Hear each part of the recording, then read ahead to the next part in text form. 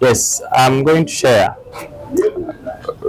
Come to think of it, can we have a pre-trial process in criminal law, in criminal justice, before the arrest is done or before remanding is done?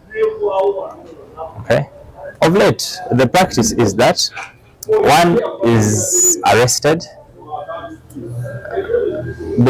and when he's arrested, he's taken before a judicial officer, and the only thing on the file of the judicial officer is a charge sheet, and the judicial officer signs the charge sheet, and oftentimes that person is remanded.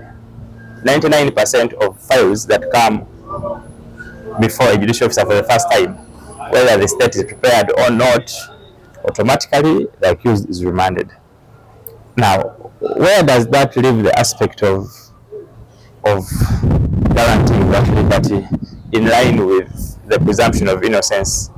Because I believe that in one way or the other taints a picture that by the mere fact that you are before a judicial officer at that moment in time, you are not presumed innocent. That's why you are maybe remanded. Then, as time goes on, court evaluates and sees whether you qualify for that liberty under the aspect of bail to either grant it or not.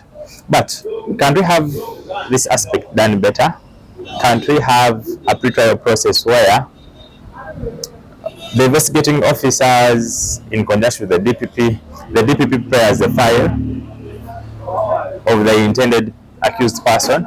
Then, before that person is arrested, okay, that file alongside the charge sheet is presented before a judicial officer. The officer peruses the file in line with the documents or evidence attached to it in a preliminary session. Then looks at it and considers whether this file is worth, whether the evidence on the file is sufficient to warrant an arrest and to warrant that person to be called onto so that the trial can kickstart.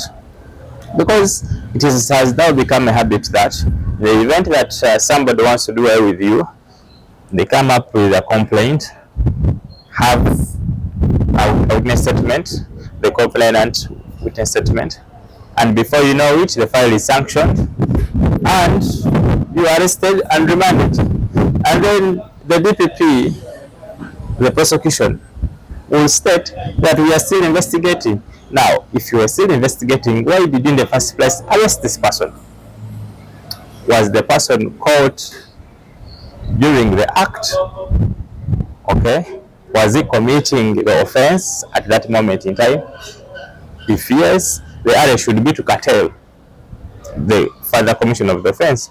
Then you would process the file and have that person prosecuted. But the habit of sanctioning files with insufficient evidence to sustain the file, just to go ahead and remand the accused person, I believe that is not doing any good to the criminal justice system. That needs to be done better.